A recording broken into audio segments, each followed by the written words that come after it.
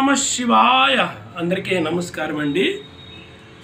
మనకి ఎన్నో పర్వదినాలు వస్తూ ఉంటాయి. అటువంటి పర్వదినాలలో ఒక్కొక్క విశేషమైనటువంటి శక్తి తరంగాలు ఉంటాయి. మన ఋషులు మనకు అన్నీ కూడా కొన్ని పర్వదినాల్లో ఏమేమి చేయాలి, ఎలా చేయాలి ఇవన్నీ చెప్పడం జరిగింది.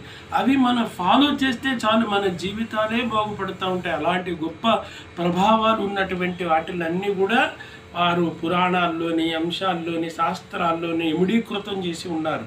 అలాంటప్పుడు ఇప్పుడు ఎగ్జాంపుల్ ఏకాదశి ఉంది. అలాంటి ఏకాదశి రోజున చక్కగా ఏదైనా పూజలు చేసుకోవడం, వ్రతం చేసుకోవడం, ఏదైనా డివోషనల్గా చేయడము, కొంత ఉపవాసాలు వ్రతాలు చేసుకోవడము, ఇవన్నీ చాలా పవర్ఫుల్ అయినటువంటి తిథి.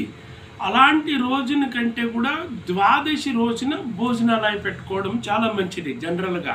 అందువల్ల ఈ ద్వాదశి రోజున ఏదైనా అన్నదానం కానీ అలాంటివన్నీ చేసుకోవచ్చు అన్నమాట.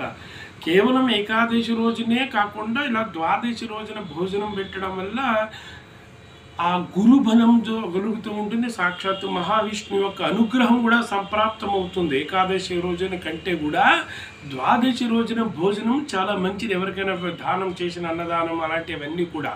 అందువల్ల అది దృష్టిలో పెట్టుకుని మనం కొన్ని ఏదైనా పార్టీ లాంటివి అలాంటివన్నీ కూడా ఆ ద్వాదశి కలిసి వచ్చేలాగా పెట్టుకుంటే చాలా బాగుంటుంది.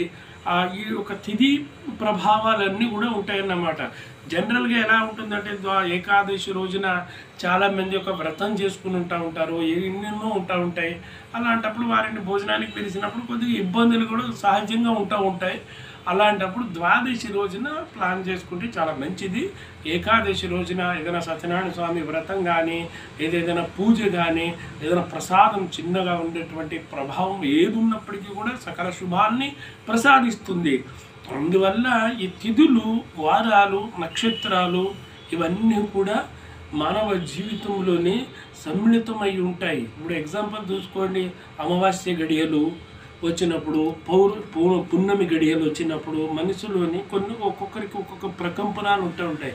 ఎందుకంటే తిథులు, చంద్రమానం, అందువల్ల ఆ ప్రభావం మనిషి పైన పడుతుంది. ఆ తిథికి ఒక విశిష్టత ఉంటుంది. కాబట్టి కొద్దిగా మీరు కూడా మనం చేసుకునే విధానంలోని కొన్ని అన్నీ కూడా ఆలోచించి చేయండి, మంచిదండి. ఓం నమ శివాయ.